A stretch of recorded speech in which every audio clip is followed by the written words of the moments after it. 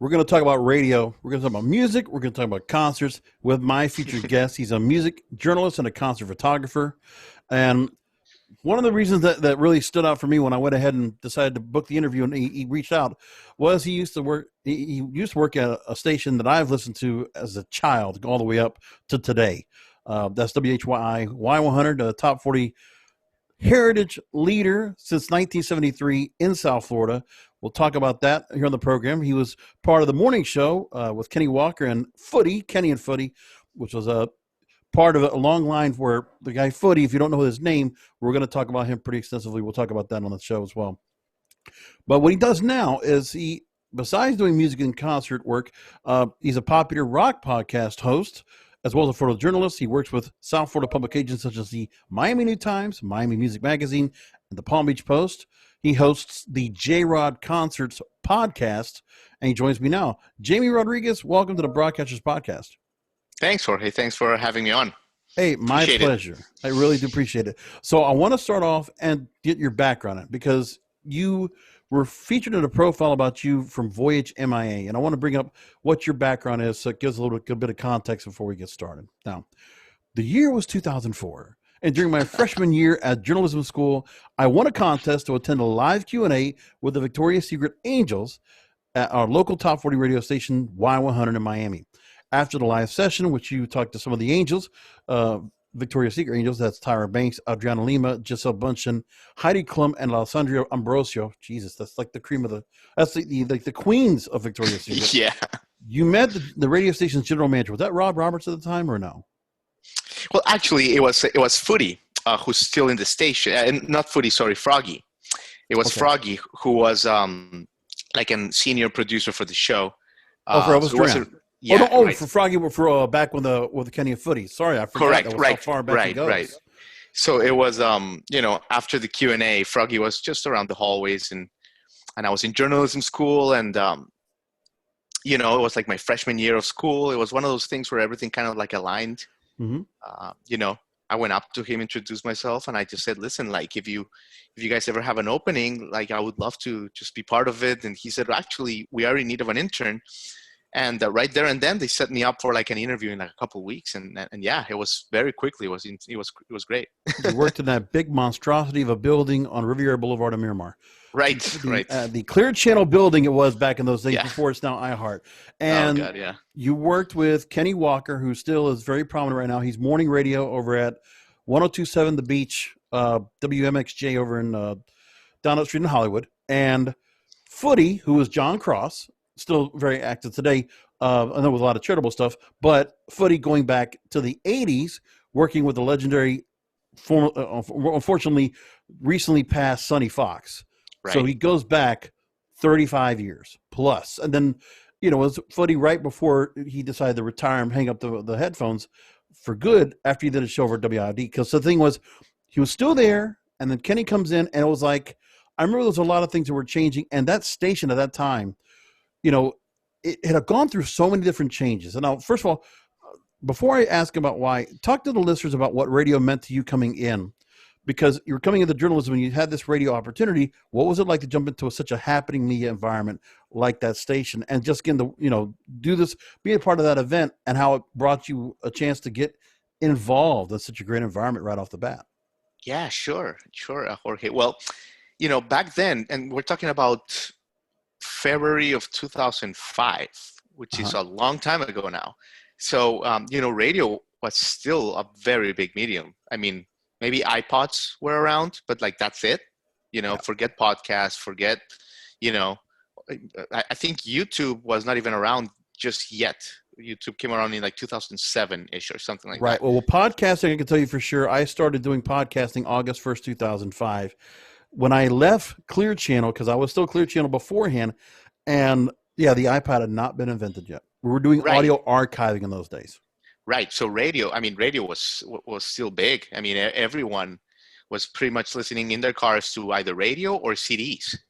That was still what was happening. And so Y100 was also a station that I grew up with, obviously, because it was like the cool station, right? It was the cool station, and the audience, was huge. It really felt like, it really felt like the entire South Florida area was listening. It was a very special time. It was great. And the thing was, Napster and the peer-to-peer things were coming in. They were starting to be able to download music and download the MP3s onto an iPod or onto certain devices by that point. So the thing was, we were starting to get a little bit of that transition out of physical units of music. So not so much, but the thing was, radio didn't have, online radio was still pretty primitive. So the digital disruption that was going on that we have so entrenched today wasn't as bad back then. So radio meant something back then. And, I just feel like there's a time where that station held on to an audience. The music was also it was favoring. And the thing was, you had a lot of good stations you had going up against Y100 at that time. It was still, the genres were so different. You still had alternative stations. You had a good mix-up of music. And radio was just different. And it was right at the time where Clear Channel had already made their foothold, and at that point they had grabbed so many stations, but they had not basically changed all of them yet. They were still getting their foothold. So the corporatizing of all the formats, you still had some stations like Y100 that had had that big footprint, and they were able to go and do what they wanted to do. Like they could still run the gamut. Because I still remember, I don't think Tony Banks was there, but that was who I talked to. I tried to get a job over there back, I think 2004.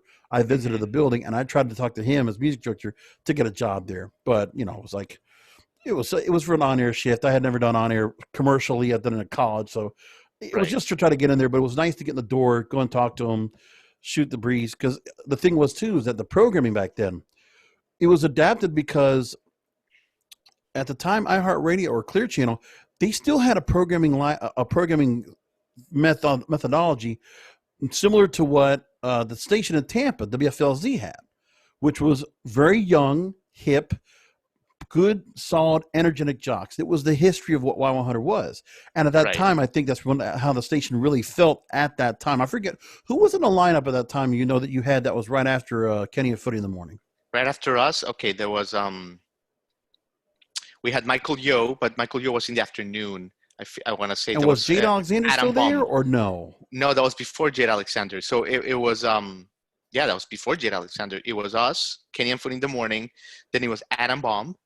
Oh, that's right. He's still in Atlanta. It's doing pretty well, right? He's in Atlanta, Adam Baum. And then it went to Michael Yo. And then it kind of went to the nighttime, the drive back schedule. Yeah. And also the idea was also dance music was intertwined. I think at that point after Michael Young, I think that's when they started having the Club 100 stuff. Is that right? Was that right? That's or was right. that later on? That's right. Yeah. That was around that time. So the thing was, but then again, that's what Y100's kind of stuck. They're one of the few stations that can still do that kind of thing. Attachment to the Ultra Dance Music Festival, attachment to the dance music scene, and to all the different venues and areas, things like that.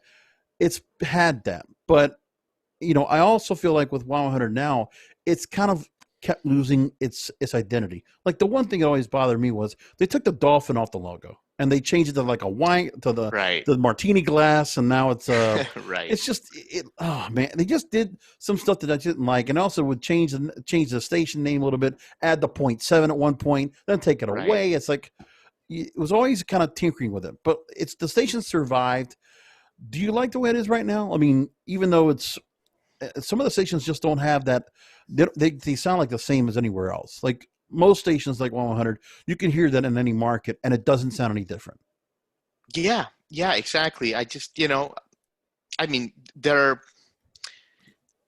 industry has just changed so much, Jorge. Yeah. It's, if there was little flexibility, and that was one of my inner complaints back then, if you will, is that there was very little flexibility with the song selection in a way. It was programming director.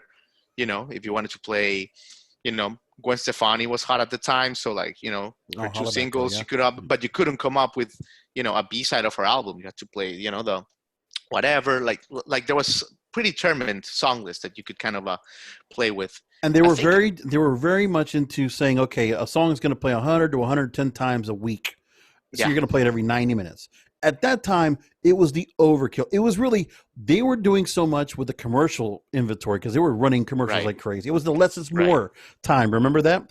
Yeah. And then they changed it. They would put so many commercials back in. So they basically were self-destructing themselves by what they were doing, and they were just making enough reasons for something else. When it comes along, it was going to come along, and then radio was going to lose its spot. I feel like Yeah. it's happened that way. What do you think? Yeah. I think that, it's, honestly, I love Y100 and I love radio, and there's something still special about it, something Sure. romantic about it. But I feel like really we're approaching 2021 and things are just so different. I think that, people are really fragmented in what they like. If you like deep tribal house, Yeah. you have a universe for you. If you like top 40, even if you like top 40, you don't even have to go to top 40 radio anymore. No, and the one thing Because too, the market also doesn't match the area. The market, the radio does not match what the market represents at Mhm. all. There is no rock music. There's a rock scene down there.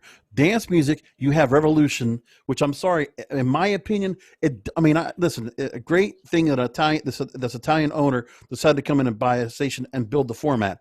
God bless him, but it doesn't fit what the current market is, because Right. it kind of just, it will identify with the dance music, the ultra music festival, and then it will just kind of just, it'll just kind of just do its own thing, but it doesn't really fit.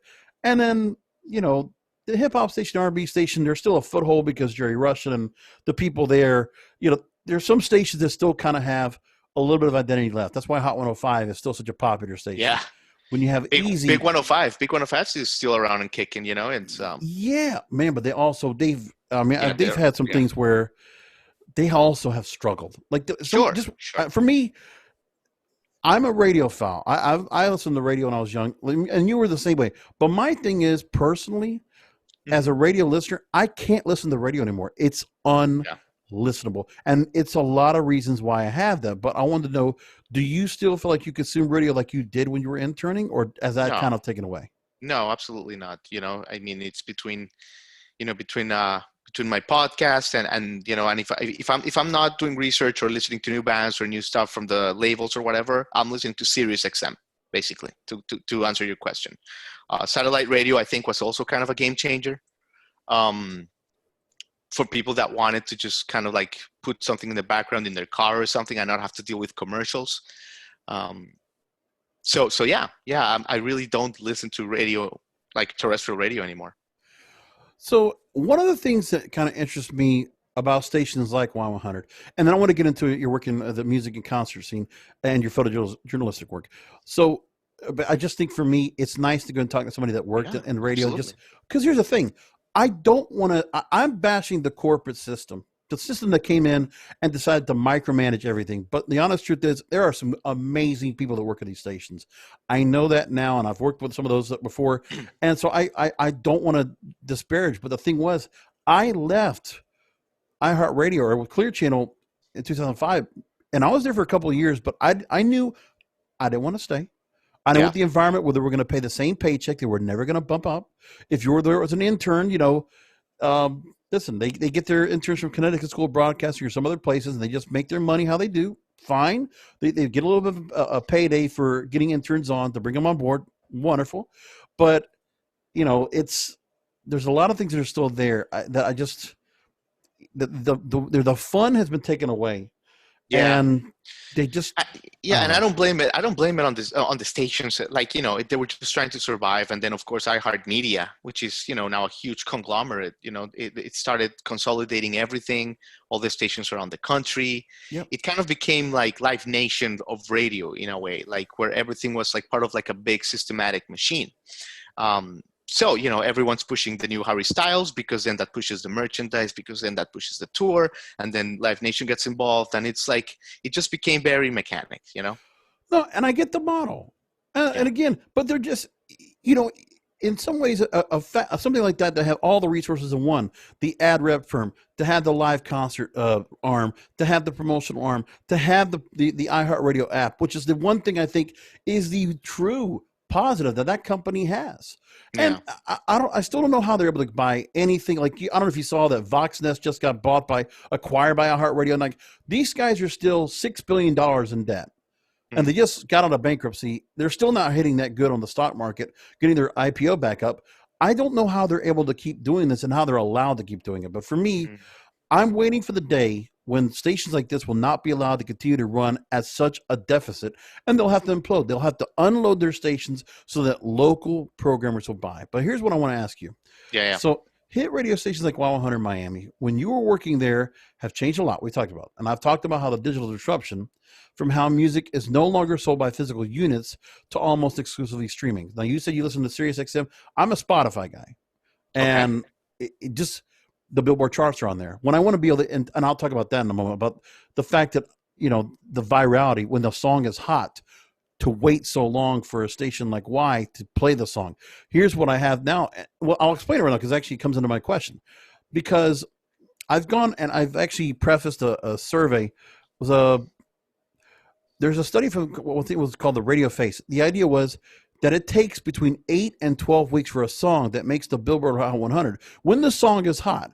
And let me just say, back in the 80s and the 70s, Y100, they would play American Top 40 with Casey Kasem. And the chart they followed was the Billboard Hot 100. The songs they played were based mostly off of charts that were off the Billboard Hot 100. And they reported to Billboard their rotations of what they were doing, not media base, which is just some corporate conglomerate that Clear Channel owns or iHeartRadio owns, which is how it works. All of it works like that. Now, with that said, there are multiple hit music stations now in small markets because all the big stations, media base is the conglomerate.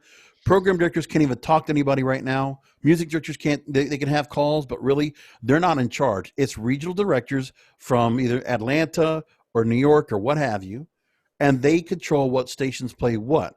And they'll say, okay, Taylor Swift has a new song, we're going to put it right to the top. Ariana Grande has a new song, put it right to the top. Oh, we're going to put, The Baby and Roddy Ricch Rockstar. Oh, no, we're going to wait about 10 weeks. 8 to 12 weeks, we'll wait for that. The song Mood, if it gets enough time, it'll finally make it way up there. But that's what they do. They want to always say, oh, it's because we want to, only the established, the bona fide hits are the ones that make to the station. Yeah. But now some of these stations, and I like this, is an enterprise move they talk about. So they're right now, there are a few small market stations that have started to concentrate on keeping the station, quote, as current as possible with what's happening in real time. More influenced by streaming and sales than the national charts, the media-based charts, as well as soliciting new picks from listeners. The old day, hey, take a phone call, have a request. I want to hear this new song. That's how it used to be. Now, Sean Ross with RadioInsight.com, he says this. He calls the intent a new streaming era paradigm. Now, in a market where Y100 has two other stations now, Power 96 for whatever reason, another station I love for years, they've lost their way. They're playing the same music as CBS and now Entercom owned. It's just, again, they're playing the same songs together. There's a lot of times you hear the same songs on the stations at the same time. They're just programmed that way. Yeah. And they're doing the same old format, the same old way. And the same thing goes for 97.3 hits, WFLC. They're all playing for the same small, shrinking listenership. What are these stations missing out that if you were working there again, what were the things at Y100 that you saw going on that would make those stations relevant again? What are they doing wrong now? Well, that's regardless of the resources they have. The jocks, do you think it's the talent? Is it the music? What are some of the things you think stand out that could be quick fixes? Well, I think that, and this goes all the way to many jocks, but there are some quality jocks out there that still do this. In my show, Mark Goodman from SiriusXM, he's the grade A of this, but you still have to give effort to listen to music. I believe that, right? If you go to the gym, or you have to go and put the effort, or read a book, you have to read the book, the hours. Music is the same. If you want to be on the cutting edge and have new sounds and just be on the lookout, you can't just put some backdrop, top 40 playlist and expect to be discovering or reading new stuff. And disc jockeys used to take this very seriously. There still are some. I like to think that I do. I like to listen to 14, 13 hours a day of music, but because you have to. Because then when you get on the air, you can tell your audience, like, this is what's up and this is why you should care. I'll tell you what it is. One of the things I also work about, and they always try to talk about these radio industry types, personalities. Now, distinguishing factors for the people you got to work with when you were working at Y-100, Kenny Walker has an amazing voice, and that's why that guy is doing so well at the beach. Still the voice of the Miami Dolphins too. Correct. And the thing is, resonating a likable voice, a comfortable voice that sounded good, that knew what they were talking about with their music. When I hear now the people they have on, you're hearing young voices. Yeah. They're trying to resonate and say, okay, we're not going to bring the people that have those great sounding voices that sound good on the air. That has been a drop tradition. That's not even an accolade that you need to have anymore. So to have a good voice to sound on the air, to talk about the songs, and actually care about the music, nobody's doing that. No. I mean, God bless the young people that are actually coming on now that are doing it. But again, they sound young. They don't sound like they just sound like they're fans. They're not. And Kenny, and I learned so much stuff from them, and I will eternally be grateful to Kenny, forever, and Foodie, because they taught me things like, listen, Jamie, like, you have to, break it down to the audience. Break it down to, like, they can't see you, they can't see what's going on. Right. So you have to tell the whole story, and you have to just go to the detail, like you're going to an elementary kid. Paint the whole picture. What's going on? What does it smell like? What's the color? What are you seeing? The whole thing. Because I used to go out in the field and do skits. So that was one of the teachings that I'll never forget from Kenny. So very, very descriptive, and from Foodie. All those legendary stories that he had, he's seen it all. So always grateful to them, and they added that. Now with Foodie, were you only there with Kenny and Foodie, or were you there with the Chicks at 6? No, I never got to work with the Chicks at 6, That's a gimmick. Yeah. Hell of a gimmick they did. Did you ever work with Vinny Perazzi? No. Okay, he was a name floating around. Right, because he was there during that show, and I didn't know that was the guy who worked at Clear Channel with me. He worked at the Gator. I don't know if he's still there or not, but he was doing overnight work there for many years, and I worked with him. And he's a great guy, right? Awesome guy. Shout out to you, Vinny. So they don't want to do that anymore. So all the stations, that was what it was, and then the morning shows, the same thing you hear everywhere else, and a national show, which doesn't resonate. It doesn't matter if Froggy, who might have been attached to all the other morning shows before that, he's not in that much at all, but they think, oh, that's all the local we need. We don't want to put a local morning show in. That went away.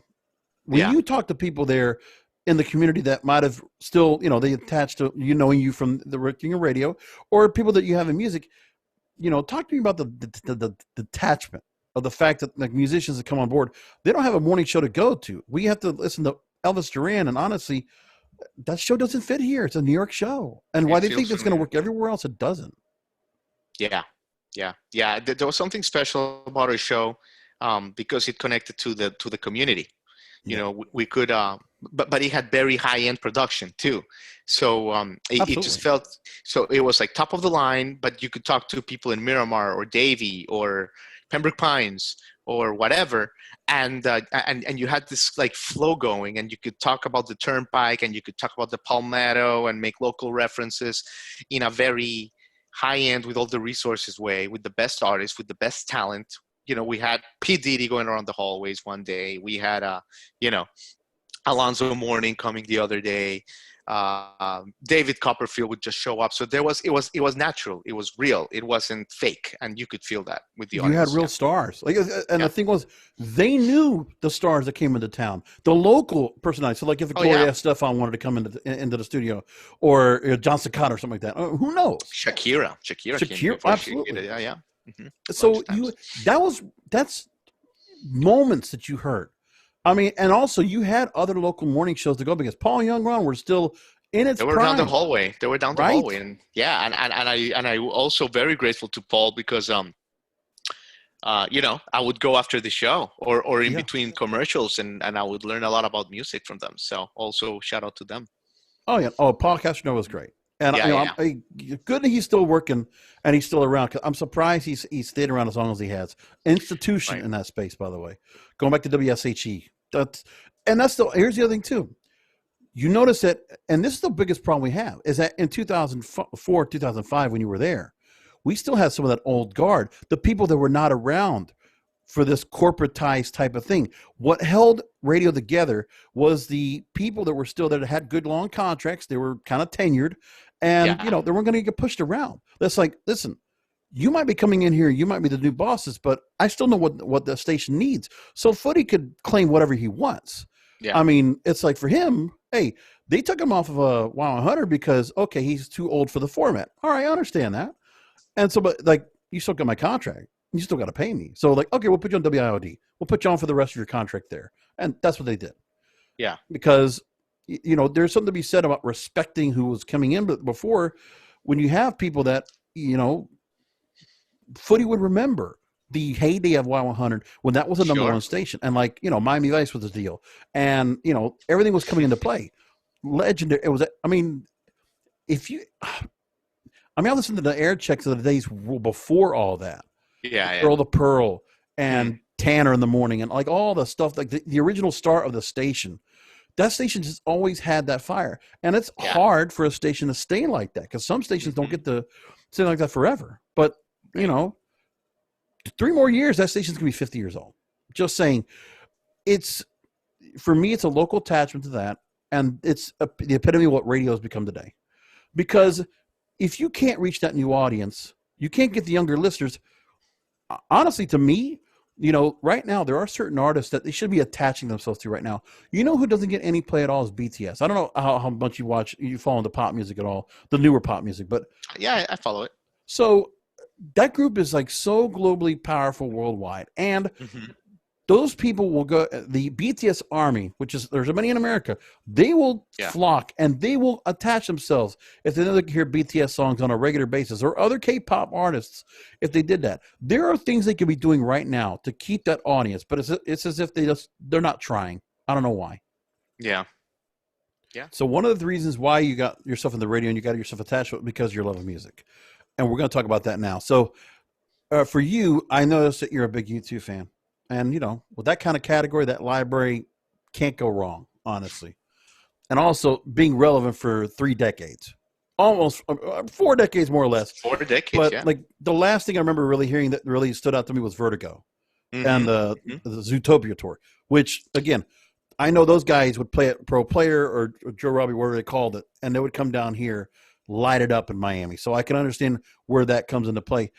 You were a podcast producer for the U2 podcast, and you contributed to the U2 Start podcast. Yeah. So the biggest fan size for U2. Okay. Right. And then you interviewed other celebrity fans of U2. So some of them included Eric Spoelstra, the Miami Heat head coach. Right. Yeah. Which is too bad those guys couldn't be able to get past the Lakers, but they did with good effort. Just saying. Ashley Judd. And also you worked as a concert photographer, so you got a chance to connect to a lot of different bands.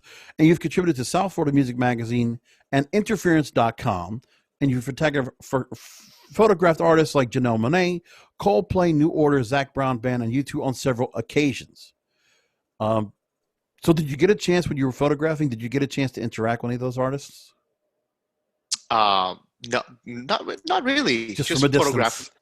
Oh, well, no, like with a photo pass and get some good shots and that kind of thing. Yeah.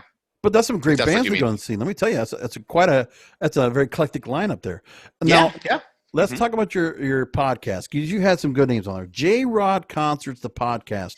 And you've had the likes of Rock and Roll Hall of Famers, John Oates from the legendary Hall & Oates, Mary Wilson, one of the original members of the Supremes, current chart toppers like the alt-rocking band Vampire Weekend, up-and-coming stars like Bronte Fall, and comedians like Rachel O'Brien. So, talking about the podcast, the idea of I've listened to it.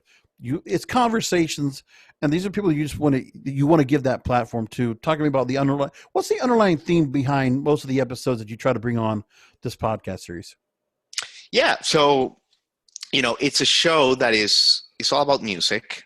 It's for the music fans. It's all about We talk about everyone in the world of music, basically, whether it's a tour. We've talked to the YouTube tour producer, Jake Berry, for example. We'll talk to up and coming artists. We'll talk to superstars, Hall of Famers. We recently talked to Judy Collins, a legend. John Oates, big fan of our show. We love John Oates. He's great. Yeah. So we actually cover the whole gamut. Like today, we published a really great country singer, Britt Taylor, who's Oh, she's like the next Emmylou Harris, unbelievable. So we've expanded as our audience has grown. We reached 30,000 subscribers a couple weeks ago. that's great. So we've expanded, and we do like sometimes to put some actors in there and some comedians, just because, to be honest with you, just to switch it up, and the audience likes it, and we'll just talk about their favorite bands and all that stuff. But yeah. So it talks to the variety of music that you really are attached into, because it's really. But one thing I've always noticed that among all the interviews you do, you focus mostly on American music and entertainment in all your work, and that goes back to you. Now, are you originally from Colombia? Yes, I was born in Colombia, right? So you talked about the first concert you got to go to was to see Metallica in 1997. I think you were 12 years old. Yeah, it was. You know what, Jorge? That show changed my life, really, because They were at their peak. They were at their peak. well, and Colombia back then was a shit show. Really, there's No, no other way to say it. Yeah, I watched You know, Narcos. I've seen. I don't know if Exactly. Narcos is a good representation or not. Yeah, But no, yeah. The '90s were, I mean, look, right now, Colombia, it's completely different. It's one of the emerging economies of Latin America. It's completely different story. But back then in the '90s, which is when my family emigrated here, we emigrated because there were car bombs going around the city. Like it was Yeah. bad. It was terrible. People were being kidnapped. We knew of a lot of people getting kidnapped by the guerrillas. Like it was Oh, just not a man. good place. It was bad. And no band would touch, kind of like Venezuela today. It would be a good comparable, I guess. Agreed. Yeah, like no band would touch Colombia with a 10-foot pole. But Metallica, for whatever reason, they said, "Fuck it, we're gonna go." I love it. So yeah. Yeah. But here's my thing: is that it was Mhm. Metallica coming to concert, and I'm sure you probably had. See, because being in Miami, I'm surprised because there's obviously you have a lot of Latin artists there. I mean, obviously rock and Espanol was big thing, so you might have had Maná or Juanes or Soda Stereo coming into town. You might have had a lot of different artists like that coming in, or just the music that was just from the culture there when it comes to maybe like Vallenato. I don't know if it's there or not, but Yeah. things like that. The Silvestre Drangón, which is like the biggest thing in Vallenato now. Here's the thing: I worked at a station. I was helping a friend of mine that ran a Spanish station up in Port St. Lucie, Florida. Nice. And it was one thing where I had the station. It was originally like a Caribbean format, so it was like a 70-30, like it was like a 60-40. 60-40 more of the the classical, like not classical, but the instrumental. So salsa, merengue, bachata, and then reggaeton more into the other part. And it was like a 60-40 split, more to the older generation. And then somebody came in because they had broken the station out. So it was a new Spanish music format. And this guy, his name's Leo. Leo Valverde is his name, by the way. I worked at the Universal back in the day. And he decided to go and put his own station up there. But he also wanted to do a variety of music, was all different Latin music. So he wanted to play, the baladas. He wanted to play like the old days, like Alejandro Fernandez kind of stuff. Or he wants to play like, he wants to go and play Mexican music. He wants to play, it's like a variety of the whole spice of life of Latin music. Nice. Mm-hmm. But the thing is for him is that, I never noticed, because you're in Miami and you have the attachment just to Latin America, that I never saw any Latin artists or anybody like that made their way into mainstream America. That wasn't anything you decided to focus on the show. And I was just curious about, what it is about who you bring onto your podcast and what works to fit the criteria that you're interested in. Yeah. I think it's songwriting. And I think, look, when I was in Y-100, in the second half of my time there, I became really good friends with Dan Marino's son, Dano. He's still a good pal of mine, still a good friend. He's in California now, but love Dano. And we would ride around Weston and South Florida and just listening to CDs back then because there was no streaming, Right, jamming right. CDs in the car that Maroney would give his dad, every 3 months. Marooney. Maroney, yeah, Yeah, baby. they'll give his dad like new SUVs like every 4 months or so, Amazing. and we would just go around listening to stuff like the Talking Heads, Bruce Springsteen, Yeah. Darkness on the Edge of Town, Neil Young, Tom Petty, Wow. You Too Deep, Arcade Fire when they were starting out, and I think that was a very transformational period for me. Mhm. I think after all that, and then I saw that was around the Vertigo U2 time. Yeah. I saw a bunch of shows in that tour. That was one of their best tours. Arena. They could still fill out a stadium, but they did arenas. It was a very magical time, and it just kind of like wired me to that like songwriting, English music, if that makes any sense. Yeah, it's. I mean, don't get me wrong. I totally get where you're coming from when it comes to. Again, it's great music, great instrumentation. I mean, obviously, people do look at American music and just are just astonished and just really love what they're hearing right now. And that's, I agree with you. My thing is because there's just such a large base of music coming from that's coming right now that is infiltrated mainstream music in America. But I guess your interest is more like if you had to say your flavor of music, is it more of a rock oriented type of deal than it would be, say, pop or soul or country or anything like that? Yeah, Jorge, I keep going to the songwriting because, and we talk about this in my show a lot, because the country today, whether you're talking about artists like Butch Walker or Margot Price or Jason Isbell, this is the country of 2020, but these are artists that sound like 1970s rock. These are artists that sound like the Eagles, like Linda Ronstadt, like all that stuff. So, it's changed a lot. I don't put it into boxes. If it's a good written song, it's a good written song. Now, there is an interest in that because I'm sure you've seen the TikTok video with the guy, I think it was called Mad Dog 420, something like that. The guy that was on the Fleetwood Mac song, which the song returned back to the Billboard chart after, what was it, 43 years? 77. I think it's even breaking records. I think it's even breaking records that it didn't have in its heyday. At the last check, I think it's gotten about 350 million downloads altogether of their album catalog, of the music, and that's among listeners that are Gen Zs and millennials. You have a new audience right there that's still attaching to it. And it's great that you're finding some of those artists that are kind of taking from what their peers did. But then it's not what makes the mainstream. But I mean, my thing is just that, do you feel that kind of frustration because you hear all these artists and it's like, but we're getting shoved down our throat something that's very digital, that doesn't have much life. The mood is not there. There's not much upbeat tempo. And the truth is, because of that, because I talked to another radio host, it was a Hall of Famer guy named Dave Pratt, called The Morning Mayor. Did a morning show in Phoenix, Arizona for 30 years. Cool. But he was on a rock station all that time. And then early 2000s, rock started going by the wayside and all the artists went to Nashville. So like now, do you feel like that's where you've gone to? Like, do you feel like because of your interest, country has now become something where it's like it's a go-to because at least a similar sound is coming from there? Does that resonate to you now or no? Yeah. I keep, that's a good point. I keep, I think we gravitate to a lot of Nashville guests, and it's because Nashville is a place where songwriting is a craft. Like it's like you're talking, like you go to places like the legendary Bluebird Cafe in Nashville, and what is it? People just go and they have a drink, but in the middle of the floor, you have artists who are up and coming, and they write songs of each other, and they play in front of people, and they test it out. Like that's the culture there. So 100%. And that's what's going on now. Is that Nashville is the one? It's the one hub that's left for music to be anywhere. But you used to be, back in the day, Seattle would be a place, or Athens, Georgia. I talked to a author that wrote about Athens, Georgia, and how it was a great scene for groups like REM and Widespread Panic and the B-52s. And we don't have that now.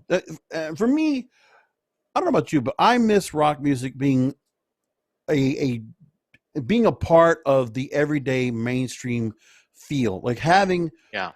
having guitars and having drums and having, just getting that back. But it's like, I don't know. Do you feel like there's anything where, I mean, the concerts do well with it, but Hmm. do you feel like we're going to get anything like that? Do you think there's a time where we get back to that kind of instrumentation again? Yeah, Jorge, I think it's cyclical. Personally, there's basically three schools of thought on that, right? There's the positive view, the glass half full, which I subscribe to, and it's that it's cyclical, and it is that eventually people are gonna want to, see that sweat on stage, that effort, not just the DJ Yeah. pressing the button. They're gonna miss that once we can, COVID, all that aside. I think it's cyclical and it'll come back. There's another second school of thought that says, okay, rock is country now, like we talked about. Yeah. And then the third school of thought, which is the negative one, it says, no, the kids will never, it's done. Rock is dead. Kids don't want to hear guitar. I subscribe to the first one. I do think it'll come back. And the reason I think it should come back is because, and I said this to other guests before, that the rage, the energy, the Hmm. excitement, and really the way to vent out that rebellious nature that rock music gives. We need that back because I think the kids need that back. I think they lost that spot. If they had some place where they could be artistic and creative and they could, channel the energy back into it. I think Yeah. we can see that once again. I think there's just something to be said about, hey, get the clubs back open again, get ourselves back into that kind of environment. But we have to wait for pandemic to finish up. And I want to ask Yeah. you about that real quick. So Sure. your podcast was mentioned in an article by the Vivant, VIVANT, .com, by the way, about what live entertainment will look like now after the pandemic. They wrote this, and then I'll talk about what you had mentioned to them. So they said, quote, the prevalent belief seems to be nothing is certain except the certainty that music and live entertainment will prevail. On the one hand, you have promoters and agencies trying to see if any of the pandemic ideas like drive-in concerts are a novelty or could be a long-term solution, while others seem more convinced that the only long-term solution is massive vaccination. For some artists like Dave Grohl and the Foo Fighters, nothing will ever replace the sweaty one-on-one contact of thousands of people. That's just what you said. And so everything is a band-aid until we return to that point. But the positivity is inspiring. And you were quoted by them by saying, quote, the hunger for live music has not dissipated, not one bit. In fact, early projections from secondary ticket outlets like StubHub and Viagogo show that prices may in fact increase post-pandemic because the demand for live music will be so high. If capacity is reduced, as some expect it will be in the medium term, expect ticket prices to become higher than before. So you think there's going to be such a draw for that music to come, for people to get back out, that they're willing to pay top dollar again. It's like they'll have kind of saved up to do it. Well, I think that article came out maybe like 2 or 3 months ago, Yeah. which is like an eternity in this year because everything's changing so much week to week, right? So I think when that article came out, I think the projections for the live industry were more positive than they are now, to be honest with you, Jorge, and your audience. I think that people were thinking late this year, maybe early 2021, we'd be back up and running.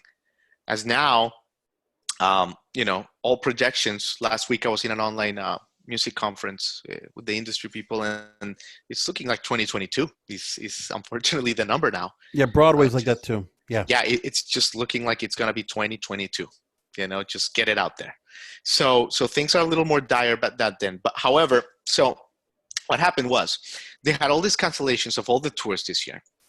And Live Nation, gave audiences the option to, return it, refund their money, or they could hold it, all sorts of options. And I think something like 85% of fans held on to their tickets, which was like it was a really good development, for the industry. So that hunger was there. However, something has happened since, Jorge, and it's that Europe, before it went into this new wave that it's currently going, it was on the way up. Europe, a few weeks ago, if you remember, was like the best. It was managing COVID really well. Yeah. And they were opening concerts back up. Places like the Netherlands, places like, they were having concerts. Switzerland, like, socially distanced concerts and whatnot. And much to the surprise of everybody, the tickets were not selling that well. They would put maybe 8,000 for sale, and they were selling 3,000. So that spoke to the fear of the people still with the virus, which the industry was not counting on. So I'm a little bit more pessimistic that when that quote came out, unfortunately. Yeah, I agree. But I still think I think when next year comes, I think people are just going to be very daring to kind of get back out. And I think what's going to happen is it's going to be like the days of the Speakeasy, where I feel like we're going to get some underground type shows that are not, they're going to just be promoted. We'll get some festivals. There'll be something that will be promoted, and people are going to they're going to break out of the mold.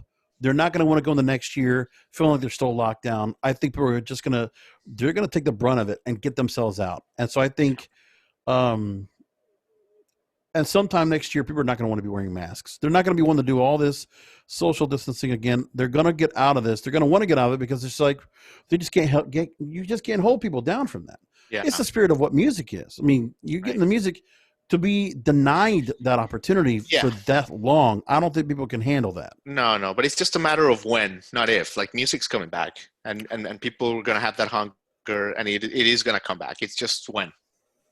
Yeah, I agree. And I think there's a way to do it, and there'll be a way to do it. They'll find a way because, again, the concert business and other things, they can't just sit back and just let this keep going. They're not going to allow it. They're not going to be able to just let it just go on, because there's just too many artists also that need to get the revenue from all these shows. Artists and the venues, all the independent venues are really struggling right now, and Congress, they're not kind of passing the Save Our Stages Act that people have been lobbying for, and it's not being passed, and there's like hundreds of thousands of jobs on the line, producers, managers, carpenters, you name it. It's really bleak. Well, I mean, it's just that there's no stimulus help, and you want to talk about something that's like, for people that might be on Broadway, they're going to find other ways to get around it. But then also, what's going to happen? Like, people that are entertainment and music anyway, are they going to want to stay around to wait for the chance to come back in, or are they going to do something? Are they just going to change to another career? And maybe they'll find some way to still continue to challenge their, channel their talent. They'll probably find it somewhere online to keep doing that. But then the appeal to have that mass appeal like they had before is still not going to come back for a while. And that's what people are kind of be worried about. People will figure this out. I just think we have to wait. But for right now, let's put it back on a positive note. There is still good music going on. There's amazing music going on. Who knows? Hey, the music industry might get shaken up. The music has been incredible. Kanye might buy Universal Music Group for $33 billion, I read. Like, okay. Really? No, the music, Jorge, has been absolutely incredible this year. I mean, there has been like great spots. You have this artist at home now that, they were a little stunned in April, but now they got off their butts and they're coming out with some prolific stuff. Amazing stuff. Now, ask you a question too. Do you ever follow the music scenes outside of America just to get, because you want to talk about like people that really do attach to American music and really make it stand out. For me, I always looked at the UK. There's a thing where I listen to BBC Radio 1 over there, and they do such a good job, especially for a government-owned station. They do such a good job of attaching themselves, helping to support the communities of music as well through different mentorship programs, and really just trying to, for the benefit and the welfare of those that want to be in music and entertainment. They're helping out, and they appreciate and love American music. So that music always gets up on the charts, and there's a lot of music being sold there, and there's just more of appreciation. Well, remember the Killers, for example, they broke, even though they're from Las Vegas, they broke in England before they hit it here, You're not kidding. That song, Mr. Brightside? I think it's on the chart for like, I forget how many weeks it's been, but it's like 300 weeks or something like that. It's something incredible. I forget how far back. They have great taste. The Brits have great taste, no doubt. Oh, because that song was great. And like, honestly, that time, the one thing I'll tell you was right around that time of the mid-2000s, we still had a lot of good rock sounding music. Like, I mean, I still remember not that long ago, Avril Lavigne had just come out. Really made a big difference. Trying to think, Paramore was out at that time. Like, it was just a lot of good songs that were coming out. It was just good stuff. And now, Strokes, Franz Ferdinand. Yes. Oh my God. Yeah. That's good stuff. Now you hear it on some, like you'll hear it on an alternative station like the Shark down here in South Florida, and they're putting it against some of these songs that are like, well, this is not rock. Why is it on this? The alternative has like become this warped. I don't even know how to identify the format, but it sounds different. Yeah. And I'm sorry, And Imagine Dragons, and 21 Pilots. The Shark, by the way, the Shark, by the way, is also struggling a little bit. I hear. Yeah, they're doing some cuts, unfortunately. So that sucks, because that was like our one station in South Florida. If you wanted to listen to terrestrial and get something fresh, and now it's like struggling. So just a side note there. Well, you're absolutely right. But honestly, like look at the ratings in the market. I mean, again, you have Hot 105 is your top station. It's R&B and oldies. Then Easy 93.1, which is, again, songs that are what, 70s, 80s, 90s. I mean, it's well run. Listen, they program that station very well. They know, they're using their research, their audience metric testing to know what songs are Miami friendly, because they know what all the other stations used to play back in the day. So that's fine, but they just don't get it. And like, those are the stations that stay up on the top of the market. And then honestly, the Spanish market for Miami is horrible. They're some of the worst run and operated radio stations there are. I'm saying it myself. And it's a shame. Miami, you think, would be such a great market for Spanish music, but they have like 5 or 6 stations that sound exactly the same. Interesting. But that's me. I want them to be better, because if I want to listen to Spanish, if I want to listen to reggaeton or anything like that, I have stations in the Dominican Republic or Puerto Rico I listen to online, but I can't hear the stations here. It just doesn't have the same feel to it. And on top of that, you worked at CHR. All the CHRs are all towards the bottom. Like, I wish radio. I want to change some stuff so bad. Like, if I had a chance to get back in, like I always said, if I hit the lottery, I want a radio station. I want to buy it. And I want to program it, and I want to make it great. And I have ideas of what to do with what formats I would do. Like, I would love to bring back a station that, I know it's got to be older music, because to get a newer audience, you're asking somebody to go and abandon streaming or satellite to listen to radio again. That's not going to happen right away. But I could see something where kind of an idea of how Hot 105 before it was Hot 105 today, and what Power 96 used to play. The kind of that Latin bass, English bass music that crossed over. So your freestyle, some of your rap, just some of the things like that. You could bring a station like that back, something that's nostalgic, play some new songs, that's new classics, and create a format like that. I would love to do something like that, but yeah, that'd be great. I just don't. I wish I had the money. And take one of these stations off of iHeartMedia and do something with it. But oh well. And it's nothing against the people. I want to say that one more time. It's not against the people. It's the people that are controlling this. That, again, Miami is such a diverse market when it comes to music, when it comes to radio, and the people that run all these stations, they don't have they just don't have their ear on the pulse of what's going on in this community. Yeah. That's what I feel like. Again, I don't want to put words in your mouth. It's just my opinion. I am on my soapbox, and that's all I'm going to leave right there. I hear you. So, Jamie, let's go and wrap things up. So, real quickly, take people to the JRodconcerts podcast. Where can they listen to it and learn more, and how they can follow you on social media? Yeah, absolutely, Jorge. No, this has been super fun. JRodconcerts podcast. We are, we have an average of like 2 new episodes a week. Nice. You can have like the audio version, obviously, on all the major streaming platforms. You just search JRodconcerts the podcast, or we do have the video version on our Instagram, which is it's less popular than the audio, but it's still cool if you want to see the artist, and sometimes the artist performs, so you can see them perform there, and that's on my Instagram at JRodconcerts podcast. Yeah. And I also noticed that you have the website JRodconcertspodcast.com, all one word. You can also find everything right there. So, Jaime Rodriguez, thank you for being on with me, and I really appreciate you taking time out. Absolutely. This was a great chat. I loved it. Hey, me too. We'll talk again soon. All right. Thank you so much, Jorge. And we're clear. There we go. Cool. So that was good? Yeah, that was super fun. Thank you. Excellent. Yeah. You're a connoisseur of radio. It's impressive. Yeah. But again, I know what my thing is. I'm a stickler about it. I want change, man. I'm a radiophile. I love this business and I want it Yeah. back so bad. So Well, here off the record, let me tell you, we're like off the record. it was just like they the way they fucked Foodie was pretty bad. You I know, don't know the whole story about it. I just it know they was must have done it. But no, they had so the ratings started to go down around that time, 2008, and they've never reached that high since. But the corporate thought that it was that it needed a shakeup in the morning show, and that would fix it.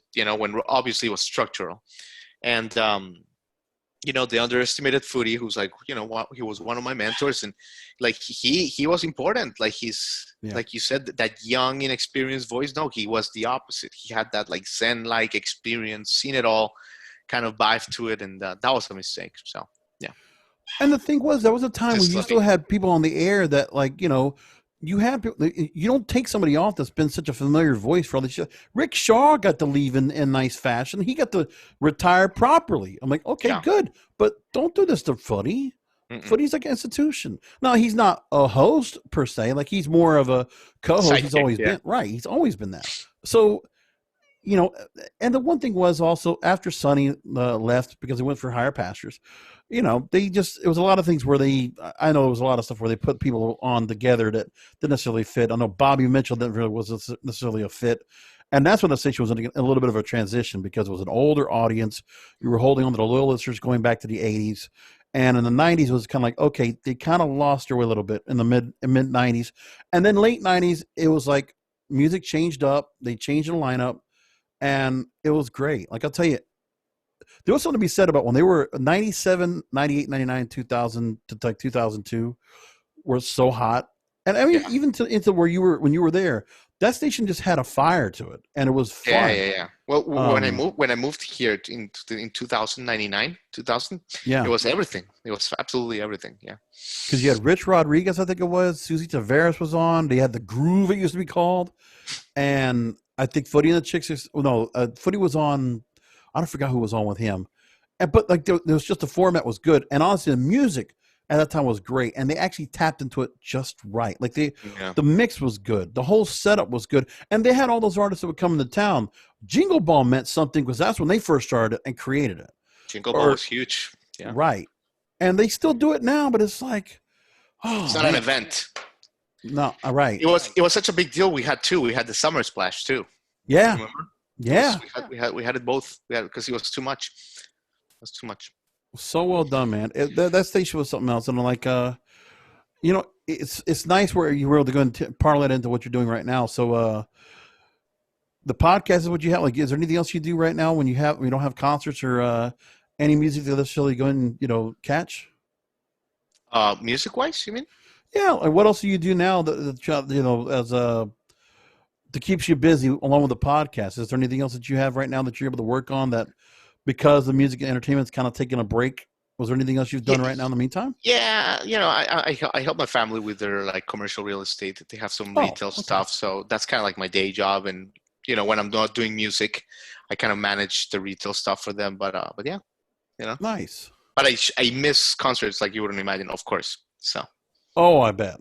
Well, one of these days. But I mean, I hope it gets some change, man. Very soon. 2022. Yep. Maybe sooner. Let's cross fingers, huh? Maybe by this time next year, but that's it. Right. Yeah. I agree. Wouldn't deny that. Jamie, thanks so much, man. Thanks, man. Appreciate it. Thank you so much.